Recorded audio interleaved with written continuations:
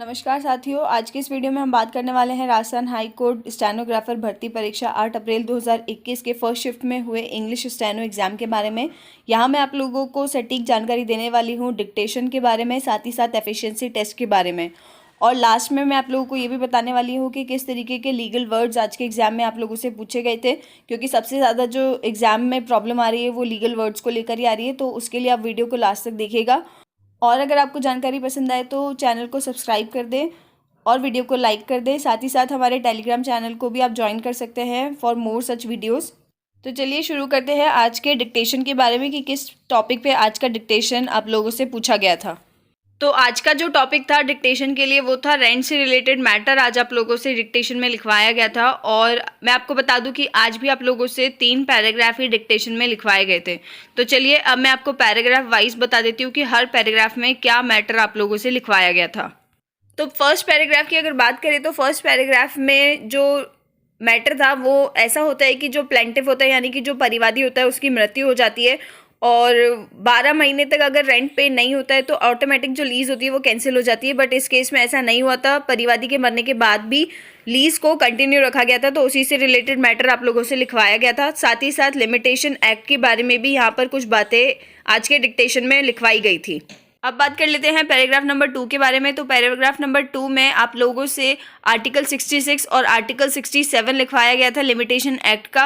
अब बात कर लेते हैं पैराग्राफ नंबर 3 की। तो पैराग्राफ नंबर 3 में ट्रांसफ़र ऑफ प्रॉपर्टी एक्ट का रेफरेंस देकर कुछ सेक्शंस के बारे में लिखवाया गया था। तो ये तो हमारा था डिक्टेशन से रिलेटेड क्वेश्चंस के बारे में। अब मैं आपको बता देती हूँ कि एफिशिएंसी में आज आप लोगों से कौन कौन से क्वेश्चंस पूछे गए हैं।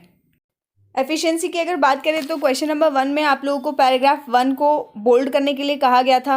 उसके बाद में क्वेश्चन नंबर 2 में पैराग्राफ के कुछ वर्ड्स को अंडरलाइन करने के लिए कहा गया था। क्वेश्चन नंबर 3 में डबल स्ट्राइक आउट करने के लिए कहा गया था। क्वेश्चन नंबर 4 में पैराग्राफ को सेंटर अलाइनमेंट करने के लिए कहा गया था। क्वेश्चन नंबर 5 में पैराग्राफ को इटैलिक करने के लिए कहा गया था। और क्वेश्चन नंबर 6 में वेव अप्लाई करने के लिए कहा गया था फर्स्ट पैराग्राफ के कुछ शब्दों पर। तो ये तो थे स्टार्टिंग के 6 क्वेश्चंस। अब बात कर लेते हैं आगे वाले क्वेश्चंस के बारे में।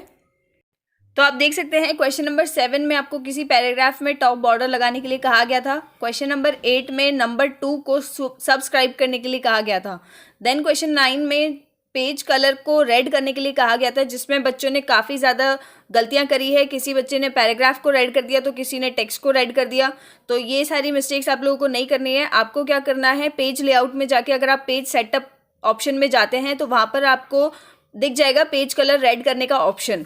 उसके बाद में क्वेश्चन नंबर 10 में फुटर में राजस्थान हाई कोर्ट लिख के उस पर डॉटेड लाइन अप्लाई करने के लिए कहा गया था। और क्वेश्चन नंबर 11 में किसी शब्द को कैपिटलाइज केस में चेंज करने के लिए कहा गया था। लास्ट क्वेश्चन नंबर 12 में पेज को लीगल करने के लिए कहा गया था। अब बात कर लेते हैं टेबल से पूछे गए प्रश्नों के बारे में।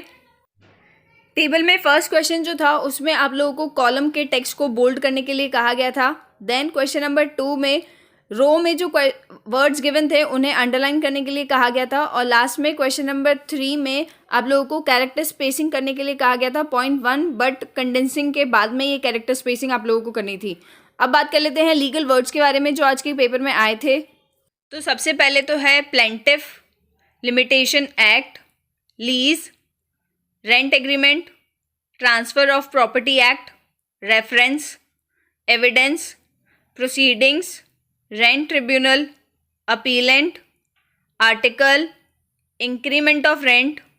आज के लिए बस इतना ही। आई होप आपको ये जानकारी पसंद आई होगी। तो प्लीज़ वीडियो को शेयर कर दें और चैनल को सब्सक्राइब कर दें। और अगर आप हमारे टेलीग्राम चैनल पे 1000 सब्सक्राइबर्स कर देते हैं तो हम आप लोगों के लिए इंग्लिश डिक्टेशन और हिंदी डिक्टेशन भी लेकर आएंगे। Thank you so much for watching the video.